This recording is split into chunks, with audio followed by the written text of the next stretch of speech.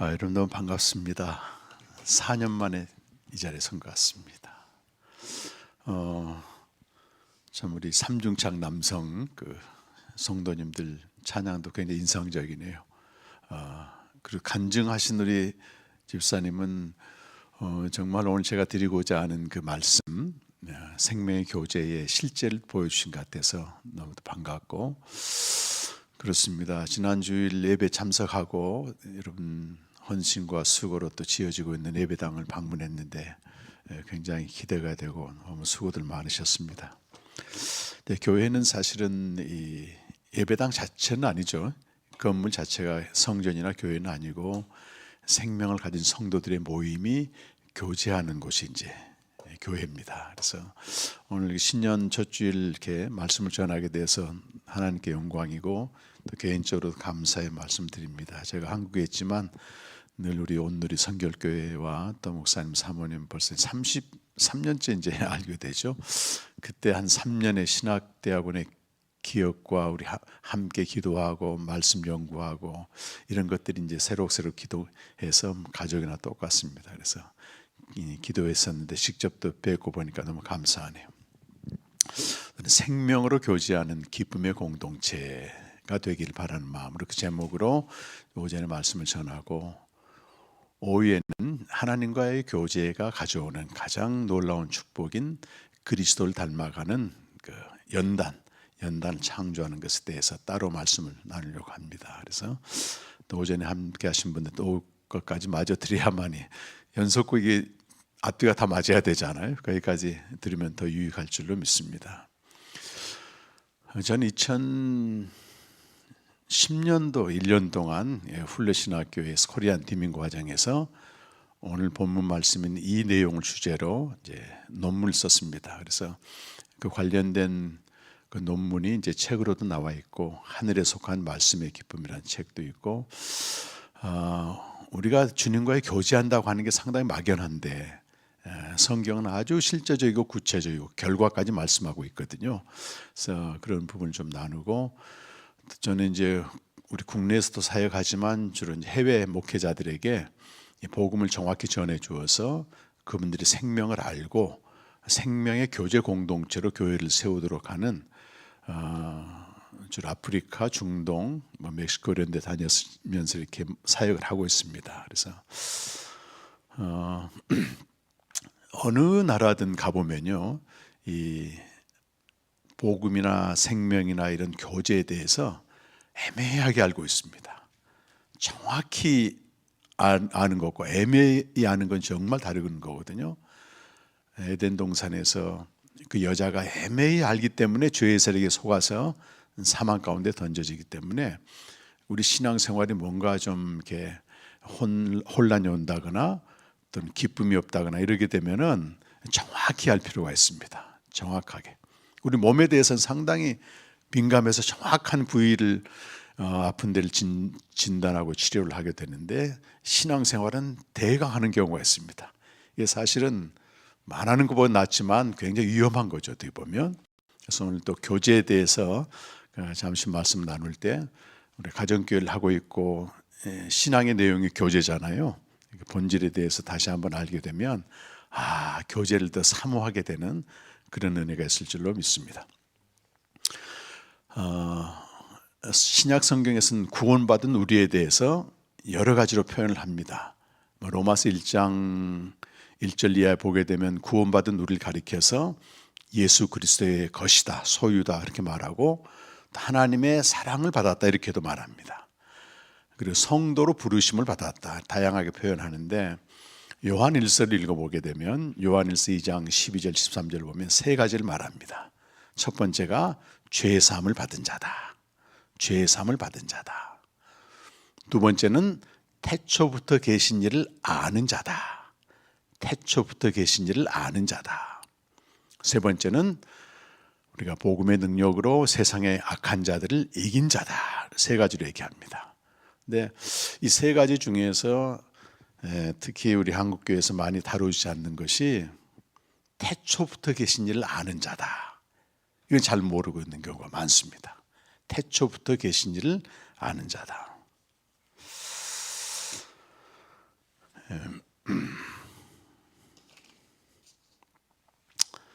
태초가 어디 있겠습니까?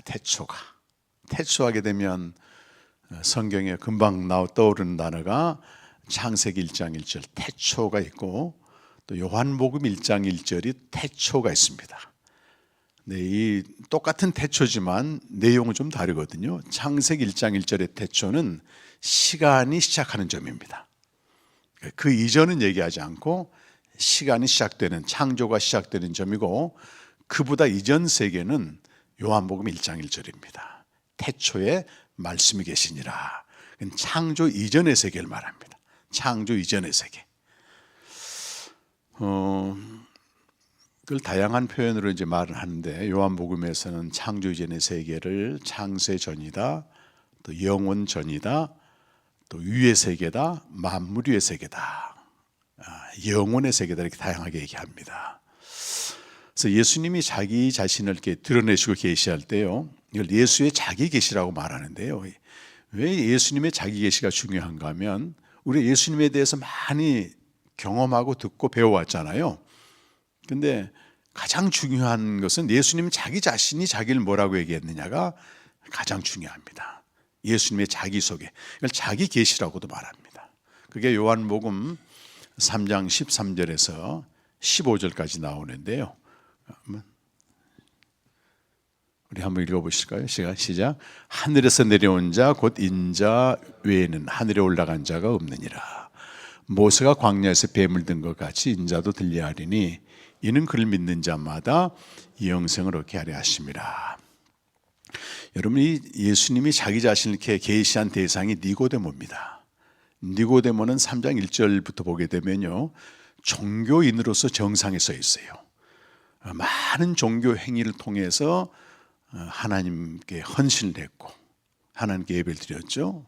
그리고 또 하나는 이 세상에서 성공한 사람입니다. 종교의 목적은 뭐냐면, 내가 믿는 신에게 열심히 제사를 드리고 기도를 하고 이런 구제 활동을 통해서 이 세상에서 만물 안이라고 하는 시 공간 안에서 정상에 오르는 게 종교의 목적입니다, 여러분. 근데 그걸 니고데모가 이뤘단 말이에요. 근데 니고데모는 하나님의 정말 큰 축복을 받은 사람이에요.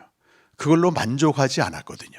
그 영혼이 밤인 걸 알고 예수님께 나오게 됩니다. 왜 나왔겠습니까, 여러분?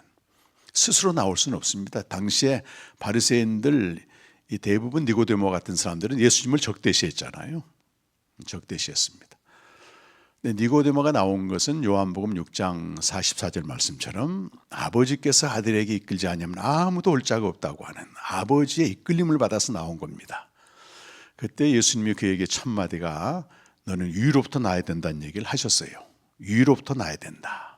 더 많은 재물을 갖고 더 많은 권력과 소유를 가지라는 얘기하지 않고 You must be born from above. 우리는 again이라고 되어 있는데 원문에는 위로부터 난다고 하는, 위가 바로 태초의 세계입니다. 그런데 니고데모가 그렇게 성경 박사고 랍비고 또 바리새인이었지만 못 알아듣는 겁니다. 영으로 열려야 되는 거거든요. 그때 예수님이 자기를 그에게 계시해 주는 엄청난 내용입니다. 그래서 3장 13절, 14절, 15절 세 가지 계시의 내용은 첫 번째가 기원입니다. 내가 어디서부터 왔다고 하는 기원이고, 둘째는 내가 와서 어떤 일을 할 거라고 하는 내용은 복음이에요. 그가 십자가에 죽으시고 부활하실 것을 말씀하시고, 세 번째는 그가 죽으시고 부활하신 목적이 뭐냐면 위로부터 나는 생명을 준다는 것입니다. 그래서 기원, 복음, 생명 세 가지 내용이 예수님의 자기 계시에 대해요. 그래서 제가 맨 처음에 냈던 책은 복음을 통해 생명으로 이걸 냈고, 두 번째는 복음과 생명을 냈는데, 이번에 이제 작년 4월 달이죠 벌써. 이때는 제가 좀 더 다듬어 가지고 철학적인 도전과 거기에 대한 복음의 응전 종합해서 지금은 이제 작년 4월에 나온 세 번째 책이 이제 기원 복음 생명이란 책입니다. 그래서 기회가 되시면 좀 나누면 좋겠고요. 첫 번째 말씀한 태초가 이제 기원에 해당되는 부분인데요.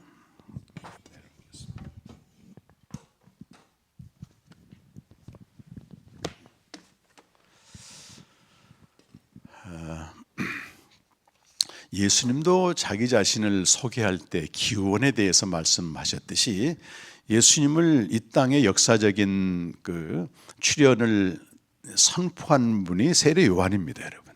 그러니까 세례 요한은 마지막 선지자라고 그래요. 그래서 구약의 모든 선지자들은 장차 오실 그리스도를 다 미리 증거했거든요.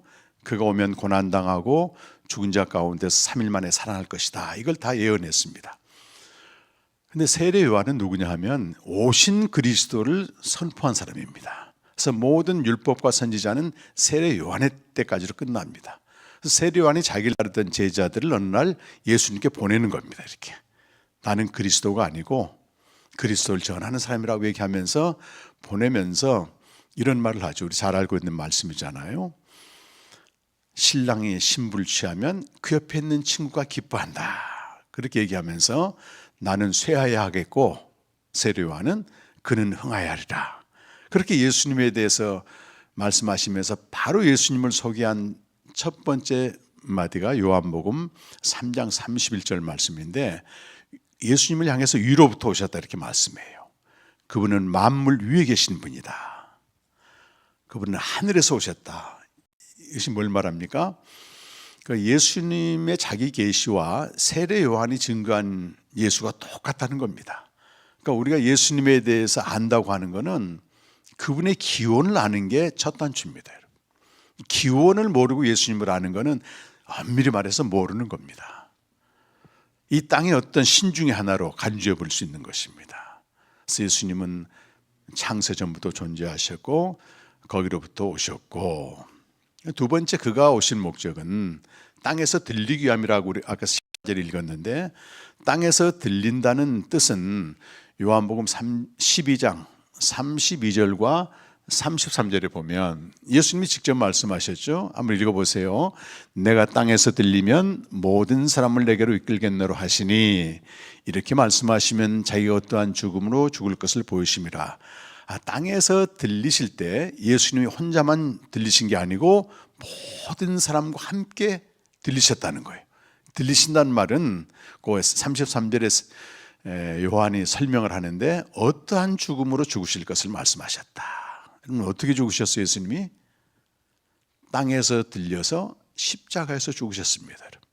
근데 그가 십자가에 못 박히실 때 아담 안에 태어난 모든 사람이 함께 죽었다는 겁니다. 이건 내가 그걸 믿든 안 믿든 알든 모르든 진리입니다. 이게 그 인간의 모든 고통과 악은 아담 안에서 태어난 옛사람 때문에 다 파생되는 겁니다. 근데 사도 바울이 여기에 눈을 뜨게 된 거예요. 고린도서 5장 14절 보게 되면 그리스도의 사랑이 나를 강권하십니다. 한 사람이 모든 사람을 대신하여 죽었으니 모든 사람은 이미 죽은 것입니다. 죽었다는 거예요. 그리고 그는 죽은 자 가운데 3일 만에 다시 살아나셔서 하늘로 승천하셨는데 그것을 땅에서 들린다 이렇게 말하고, 거기는 사도행전 2장 33절에서 말씀하고 있어요. 땅에서 들리다, 원문으로 보면 휘폰이라는 말인데 2장 33절에 보면 하나님이 오른손으로 예수를 높이셨다, 그 말은 들리셨다는 뜻입니다. 정확히 번역하면 승천하셔서 그가 우리에게 성령을 보내주십니다. 그것이 요한복음 8장 28절에 나오는 말씀이에요. 8장 28절입니다. 한번 읽어보겠습니다. 이에 예수께서 이르시되 너희가 인자를 든 후에 내가 그인 줄 알고 또 내가 스스로 아무것도 하지 아니하고 오직 아버지께서 가르친 대로 이런 것을 말하는 줄로 알리라. 인자가 들린 다음에 보내주신 성령을 통해서만이 예수 저분이 내가 그임을 안다는 겁니다. 내가 그란 말은 헬라어로 에고에임인데 이 말의 기원이 출애굽기 3장 14절에 보면 모세가 이제 이스라엘 백성을 구원하러 애굽으로 들어가잖아요. 그럴 때 하나님께 묻는 겁니다. 당신의 이름이 뭡니까? 이렇게 물었을 때 하나님이 자기 이름을 계시해 주세요. 그게 히브리어로 ISL인데 그걸 야훼라고도 얘기하고요. 우리 한국말로 풀이하면은 나는 이다야. 나는 이다. 나는 뭐뭐이시다 이게 아니고 그 안에 아무것도 없습니다. 나는 이다. 나는이다. 하나님의 이름은요 원래 없습니다. 이름이라고 하는 건 딱 특정하잖아요. 마이크, 카메라. 근데 카메라 하게 되면 이 카메라 이름을 저 나무에다는 못 붙이는 겁니다. 한정돼 버리는 거예요. 근데 하나님의 이름이 없다고는 무한정자입니다. 하나님은 어떤 것도 하실 수 있는 무한정한 이름이기 때문에 그렇게 이름을 계시했다고요. 근데 그걸 헬라어로 바꾸면 내가 그가 되는 겁니다. 그러니까 예수님이 누구란 얘기예요? 저분이 바로 하나님이라잖아요. 하나님. 하나님을 계시하시는 분이다. 이런 뜻이에요. 근데 성령을 보내주실 때 그것을 알게 된다는 겁니다. 성령을 보내주실 때. 그래서 예수님이 이런 일을 하셨습니다. 그러니까 그분이 땅에 들리신 목적은 마지막 세 번째가 그를 믿는 자마다 멸망치 않고 영생을 얻게 하랍니다. 생명을 주는 게 최종적인 방점입니다, 여러분. 그래서 우리가 생명을 얻는다 그 말은 이미 우리 사람의 생명을 가지고 있잖아요. 이 생명과 완전히 차원이 다르는 새로운 생명을 얻는 거예요. 그것이 도표를 보시게 되면 생명의 5가지 단계가 나오는데 나오죠?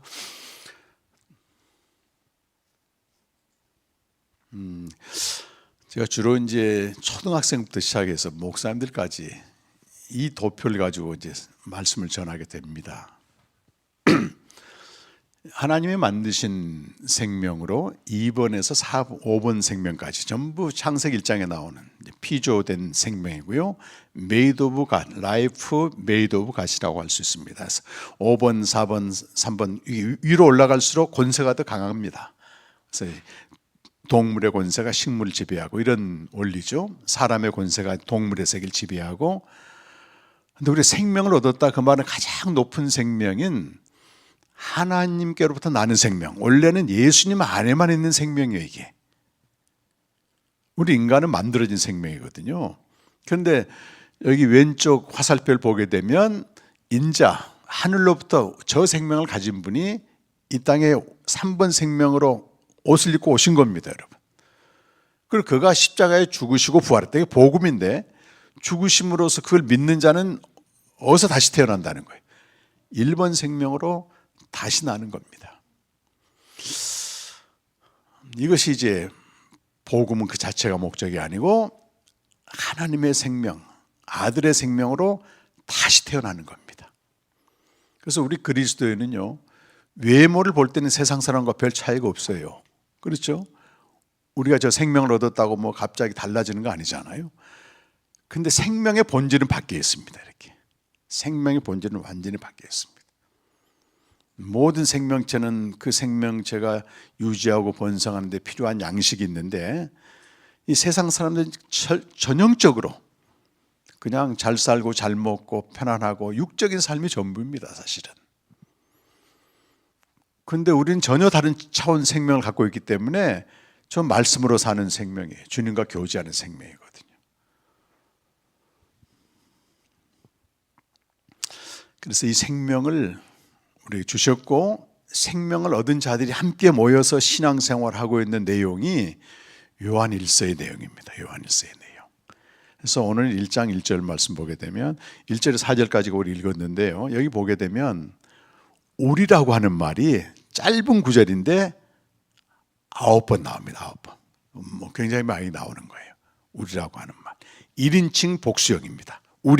우리가 보았고 우리가 또 전했고 우리와 사귐이 있다. 9번 반복해서 나오는데 우리라고 하는 9번에 걸쳐 나오는 1인칭 복수형은 생명을 얻은 자들의 모임, 생명을 얻은 공동체로서의 교회를 말합니다. 교회를. 그래서 교회를 다른 말로 표현하면 생명의 공동체다. 그렇게 또 표현합니다. 이것이 초대교회에 가장 먼저 형성된 교회 이름이에요. 생명을 가진 자들의 모임. 여기서 모임이란 말이 에클레시아고 이 에클레시아를 번역하면 교회가 되는 겁니다. 그렇게 돼 있어요. 자, 오늘 처음 보게 되면 1장 1절에 태초부터 있는 생명의 말씀에 관하여는 이렇게 되어 있습니다. 근데 헬라 원문을 보게 되면 우리는 이 생명의 말씀에 관하여 선포합니다. 이렇게 시작이 돼요. 이 생명의 말씀을 우리가 듣고 보았고 주목하여 만진 바가 되었다. 이 생명의 말씀이 뭐겠습니까, 여러분? 이 요한일서 1장에 있는 태초에 있는 생명의 말씀은 요한일서에 있는 태초에 있는 생명의 말씀은 요한복음 1장 1절과 그대로 병행합니다. 요한복음 1장 1절은 태초에 말씀이 계시니라 이렇게 되어 있어요. 말씀이 이런 기록된 문자나 이런 도시가된 문서가 아니고 예수님 자신을 가리킵니다. 예수님이 이 땅에 오시기 전에 이름이 로고스라고 하는 말씀이었어요. 그러니까 태초에 로고스가 계셨다. 근데 요한 1장 1절은 태초부터 있는 생명의 말씀이다. 네. 말씀을 여기서는 생명의 말씀으로 부르는 겁니다. 예수님의 이름이에요. 하나님의 아들의 이름입니다. 근데 그것을 우리가 보았고 주목해 만졌다. 뭘 말할까요? 그분이 오신 것을 보았다는 겁니다. 성육신 사건을 말해요.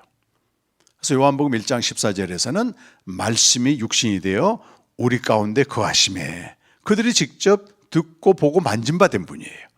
성육신한 사건을 말합니다.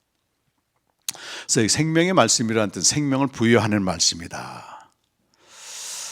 2절은 이 생명이 나타났다 이렇게 되어 있고, 반복적으로 이 영원한 생명이 아버지와 함께 계시다가 우리에게 나타났습니다 이렇게 되어 있어요. 근데 이것을 우리가 보고 증거합니다. 이렇게 보고 증거합니다. 아버지와 함께 계시다가 나타난 이 말씀을 우리가 보고 증거합니다. 여기서 나온 말이 볼견자를 쓰고 증거할 증자를 써서 견증이란 말이 나왔습니다. 견증. 이 견증이란 말이 평안도에서 갠증 하다가 간증으로 말이 바뀌어 버렸어요. 원래 뜻은 본 것을 증언했다. 견증입니다. 견증. 뭘 견증해요? 내가 사업 망했다가 열심히 기도하고 헌금했더니 잘 셌다, 이런 게 전혀 아닙니다, 여러분. 견증의 내용은 설령 간증이라도 괜찮아요. 주님과 이렇게 교제한 내용을 나누는 겁니다. 오늘 집사님 나눴던 것처럼 그겁니다. 이 생명이 나타났다, 역사적 출현을 말하는데, 이걸 사도 바울의 표현으로 하게 되면 디모데후서 1장 9절에 10절에서 이제 마지막 사도 바울이 감옥에서 순교하기 직전에 쓴 게 디모데후서잖아요. 그래서 신학학자들이 뭐라고 말하냐면, 지금 우리가 보는 이 사도 바울의 마지막 복음이 가장 완결된 복음이라고 말합니다.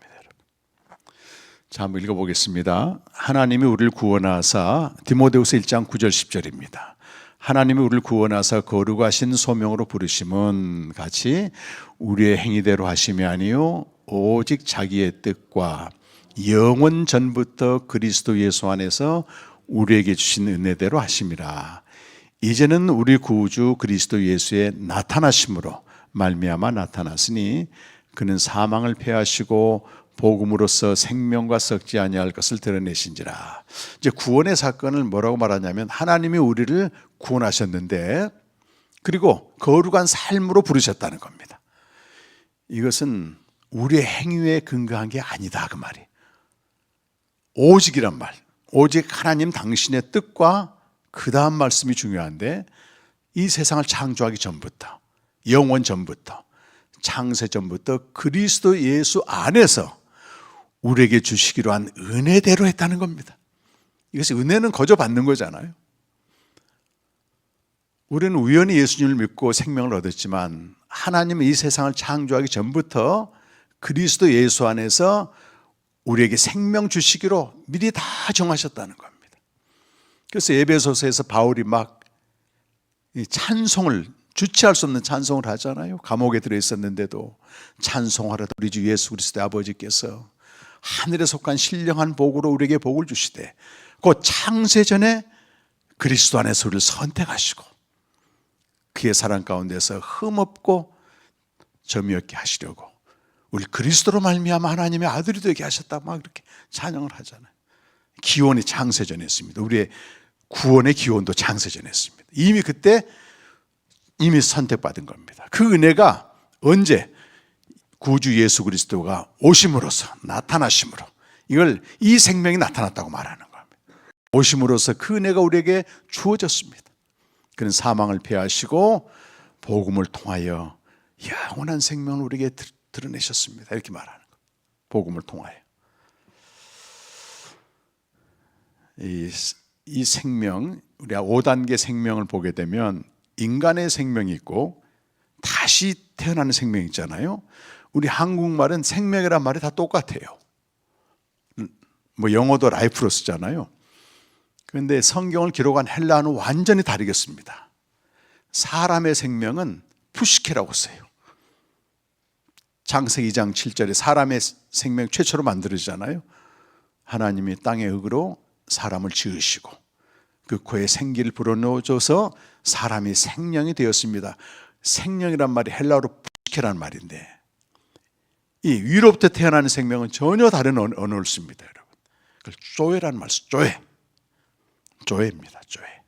그래서 우리는 푸시케 생명을 가지고 있는 인간의 생명 그것만 있는 게 아니고 이제는 위로부터 나는 생명이 있다.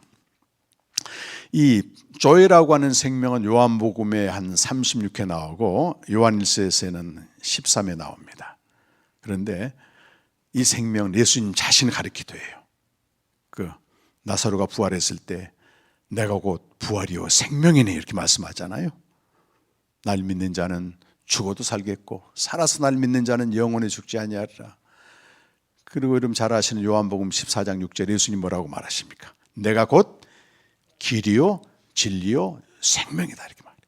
그 생명이 나타났다는 겁니다. 이 영원한 생명이. 자, 그래서 생명의 공동체 이론, 생명을 얻은 자는 뭘 할 수 있어야 되냐면은 태초부터 아버지와 함께 계시다가 우리에게 나타나신 아들에 대해서 견증할 수 있어야 됩니다. 그러니까 당신이 믿는 예수가 누구냐 그러면 그분은 태초부터 창세전부터 아버지와 함께 계시다가 여기 오신 분이다. 가장 중요한 내용이에요.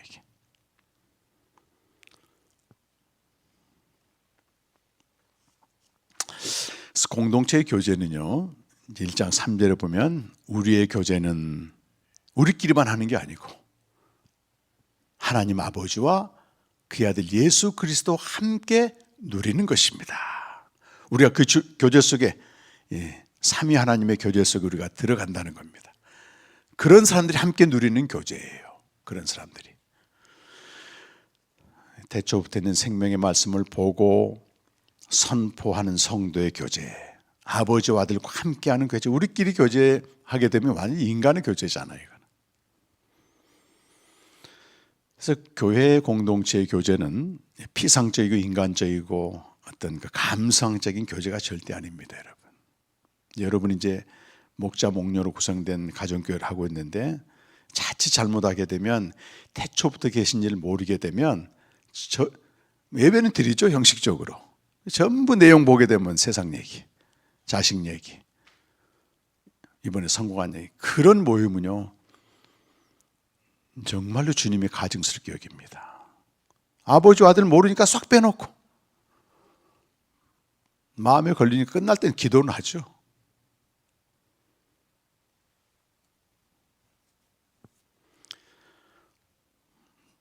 제가 2008년도인가 그 프로다에 있는 남부 감리교회에서 한 석 달 사역을 했는데 그건 초창기에 가정교회가 들어온 곳이에요. 프로다에 있는 목자 목녀들이 있고 단위가 많았어요. 거기도 굉장히 큰 교회였기 때문에. 근데 제가 석 달 있다 보니까 잠깐 있다가 모르는데 그 알게 된 거예요. 그거를 물론 잘하는 이런 목장도 있지만 어떤 데 가게 되면 완전히 세상 모임이야 이게. 거긴 참석한 성도 한 분이 너무너무 교회 와서도 내가 이 얘기를 또 드려야 되느냐, 세상 친구들하고 하는 그런 얘기를 왜 내가 교회 와서 드려야 되느냐. 그리고 절규하더라고 어떤 분이. 다 자기 자랑이잖아요, 자기 자랑. 근데 엄밀히 말해서 그분들 잘못이라기보다는 복음을 정확히 교제가 뭔지를 알려줘야 됩니다. 교제가 뭔지를. 우리끼리 만나서 밥 먹고 차 마시고 세상 얘기하고 교회는 모욕을 당하는 겁니다. 그거는. 그래서 하나님의 이름이 모욕을 당하는 거죠. 그래서 이 교회 안의 생명의 공동체의 교제는 각자가 아들과 아버지 안에 거하는 이 생명의 교제를 전제로 하고 있습니다. 이거 빠진 상태에서 하게 되면 당연히 내가 보고 들은 것만 증거하게 되어 있기 때문에 태초부터 계신 일을 알고 그분과 교제를 하게 되면 그걸 나누겠지만 그게 없으니까 내가 일주일 동안 살아온 게 다 보고 들은 게 뭐예요? 생명의 말씀을 보고 들은 게 아니고 그냥 잘 나가는 사람들, 성공한 사람들, 시기 질투의 죄만 조장합니다, 이게.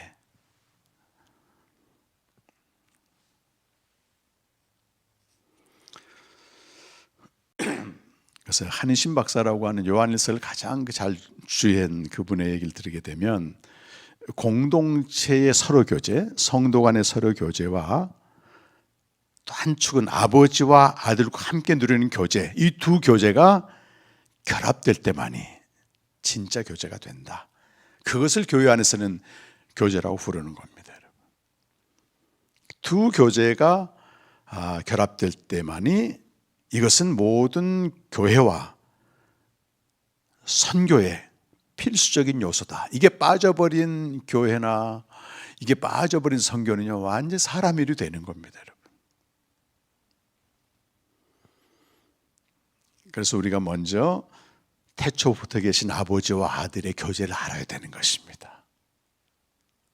그래서 긴 시간 얘기할 수는 없고 핵심만 말씀드리면 이 태초 창세전부터 아버지와 아들이 함께 계셨잖아요. 어떻게 함께 계셨습니까? 이 두 분들이?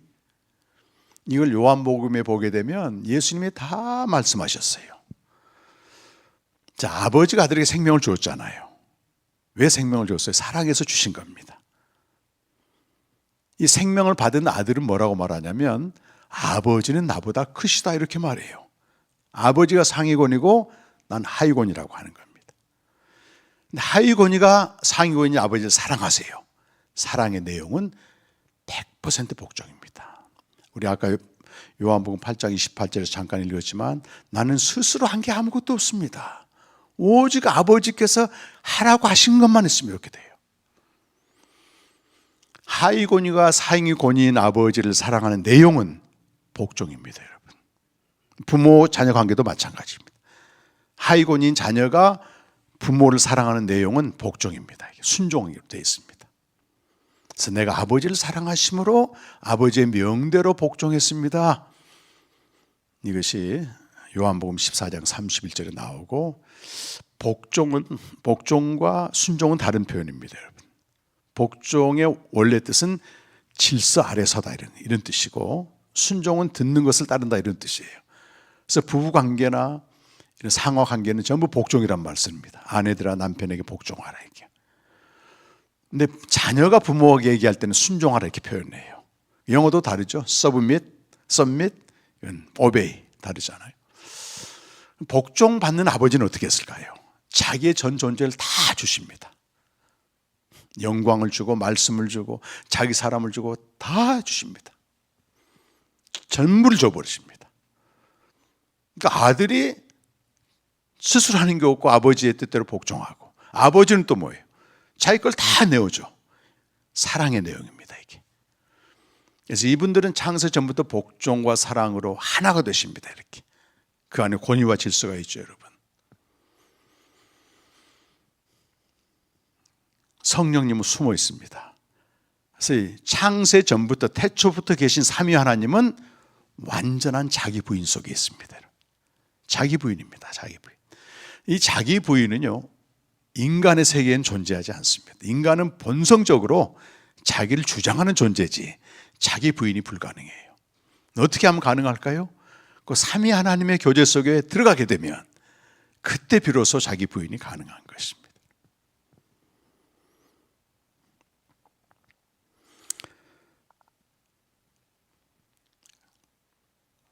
근데 그 영광을 하나님이 아버지가 아들에게 주신 그 영광을 아들이 우리에게 주십니다. 그것이 요한복음 17장 24절에 보면 이렇게 되어 있습니다. 아버지여 내게 주신 자가 나 있는 곳에 나와 함께 있기를 원합니다.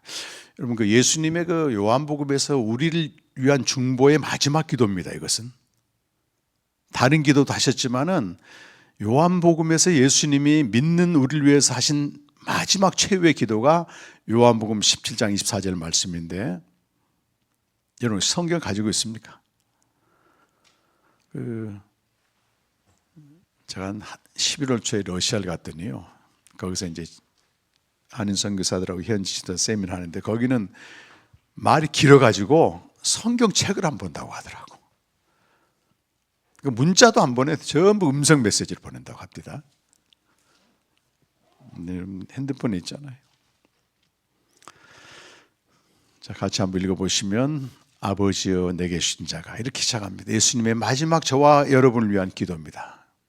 내게 주신 자는 아버지가 아들에게 주어서 생명을 얻은, 생명을 가진 모든 성도들을 위한 기도예요.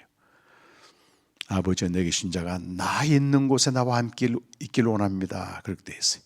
나 있는 곳에 나와 함께. 여기 나 있는 곳은 아버지 집을 말해요. 요한복음 14장 2절 3절 보면, 내 아버지 집에는 거할 곳이 많도다. 내가 가서 다시 와서 너희를 나 있는 곳으로 데려가리라. 똑같은 말입니다. 거기서 뭘 보라고 하는 것입니까? 예, 아버지 집은 믿는 저와 여러분의 영생의 거주지이고, 창세전부터 아버지가 나를 사랑하심으로 내게 주신 그 영광을 보기를 원하옵나이다. 이렇게 기도가 마무리돼요. 창세전부터 아버지가 아들을 사랑하심으로 그에게 주신 영광이 있다는 거. 오늘도 영광에 대한 찬양을 많이 했잖아요. 우리 영광, 주의 영광. 영광이 뭐겠습니까, 여러분? 영광은 아버지 자신을 주신 겁니다. 본질의 계시라고도 말하죠. 근데 요한복음 1장 14절 보면 이 영광을 봤다 그래요, 그 사람들이. 말씀이 육신이 되어 우리가 그 영광을 보았더니 이는 아버지께로부터 온 독생자의 영광이요 은혜와 진리가 충만하더라.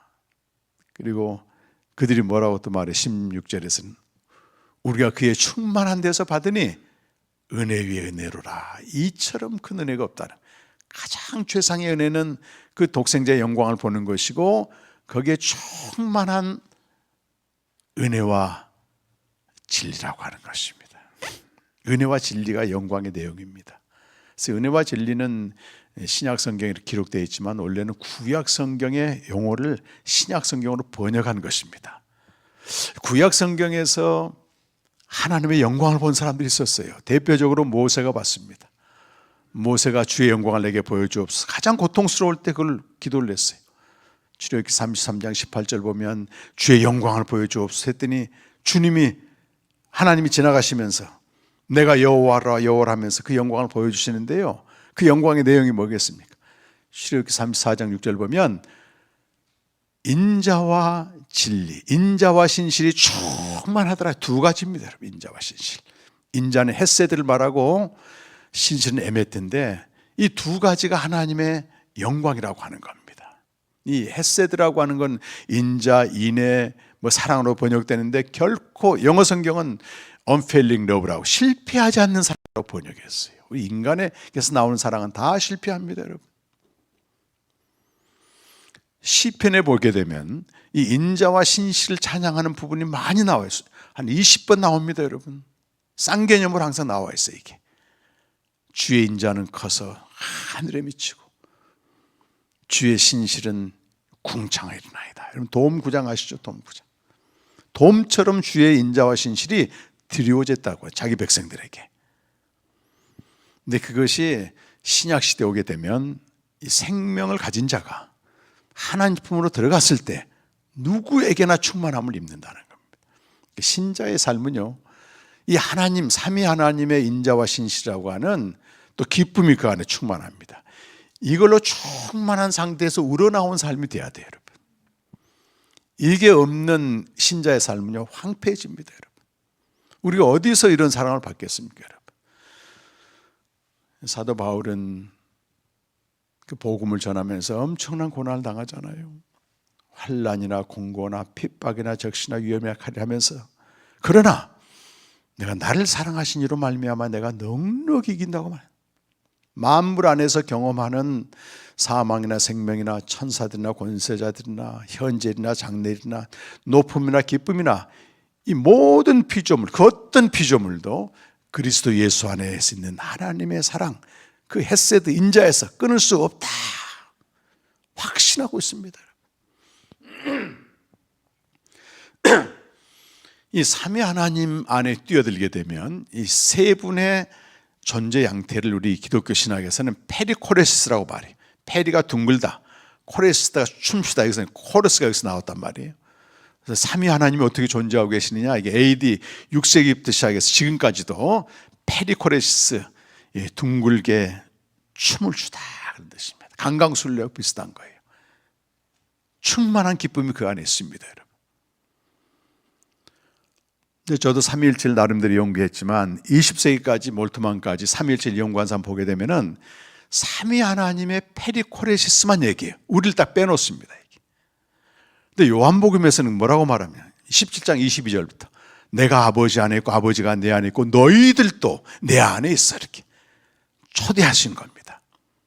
그래서 요한복음 15장 11절 보면 우리가 그 안에 있게 되면 예수님이 이렇게 말씀하세요. 나의 기쁨을 너희에게 주노니 이는 너희 기쁨으로 말미암아 너희 기쁨이 충만하게 하렵니다. 기쁨입니다. 이 기쁨. 인자와 신실이 부어지면서 동시에 기쁨이 충만해지는 것입니다. 그래서 이 독생자의 영광을 보며 삼위 하나님의 그 충만한 기쁨에 참여하는 것, 그것을 오늘 1장 4절에서는 내가 이것을 쓰면 너희로 완전한 기쁨, 기쁨이 충만하게 하랍니다. 요 1장 4절의 결론 말씀입니다. 그래서 내가 지금 성경적인 교제를 제대로 하고 있느냐 아니냐 이걸 보려면 태초부터 계신 일 내가 알아야 되고 그 결과적으로 뭐가 나와야 되는 거예요. 충만한 기쁨이 되게 있어야 됩니다. 샘솟는 기쁨입니다. 자가 발전입니다. 외부에서 오는 게 아닙니다. 교제를 통해서 이게 솟아나야 됩니다. 펄쩍펄쩍 뛰게 되는 거죠.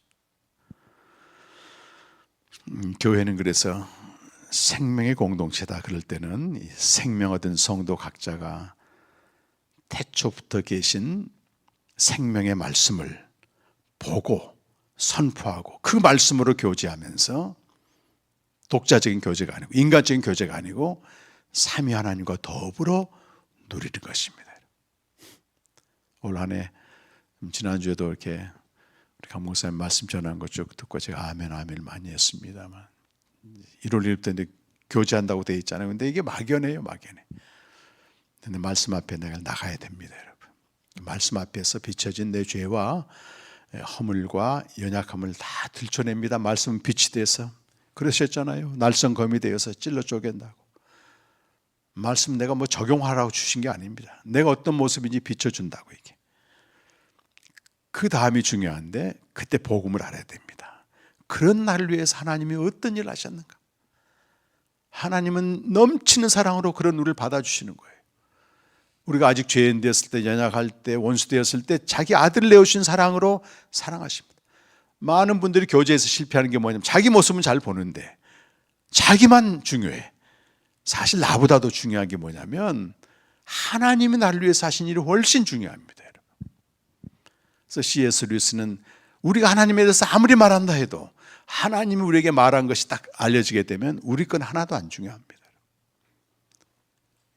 이게 하나님 앞에 나아가는 자세예요.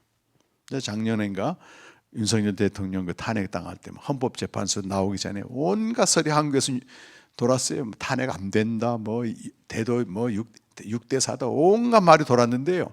딱 헌법재판소에서 판결 나니까 그대로 조용해졌습니다, 여러분.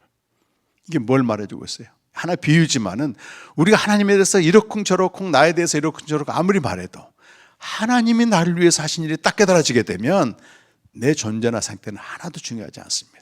받아주셨다는데 이 복음이고 그 다음에는 꼭 아버지 집에까지 가야 됩니다. 길과 진리와 생명 되신 아버지 집에 가셔야 됩니다. 거기 가지 못하면 고아처럼 살거든요. 고아처럼 삽니다. 그래서 우리는 두 가지 기억하시면 돼요. 내게 생명이 있다는 사실과 내가 있어야 될 곳이 아버지 집이라고 하는 거. 그게 어디에 나와요? 누가 보면 15장 탕자가 나올 탕자. 그렇게 비참하게 됐지만 탕자 위대한 점 뭐냐면 아버지 집을 기억해낸 거예요. 내 아버지 집에는 거할 곳이 많다. 기억했을 뿐만 아니고 나아가는 겁니다, 여러분. 그게 아침마다 주님 앞에 나가는 거예요.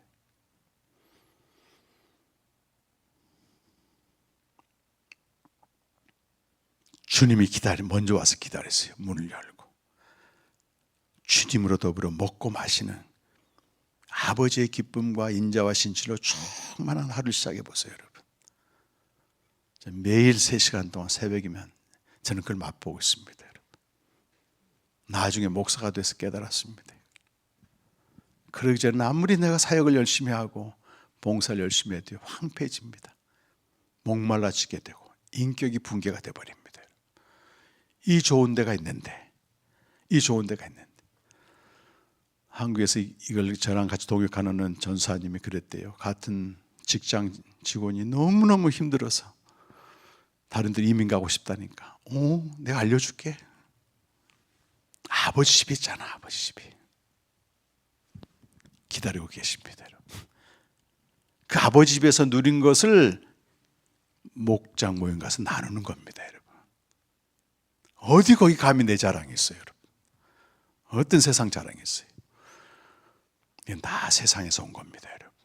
육신의 정욕과 안목의 정욕과 이생의 자랑은 하나님 사랑이 없기 때문에 그 일을 하고 있는 거라는 거예요. 왜 그런 얘기를 하느냐? 하나님의 사랑이 그 속에 없기 때문이다. 그것들은 다 지나가지만 하나님의 뜻을 행하는 자는 영원히 거하느니라. 올 한 해 우리 온누리교회 선교교회가 다 생명을 가진 성도들이기 때문에 태초부터 계신 아버지를 알고 아버지 아들을 알고 그분을 선포하고 교제함으로 만날 때마다 기쁨의 공동체가 되는 교제의 공동체가 되는 은혜가 넘치기를 간절히 축원합니다.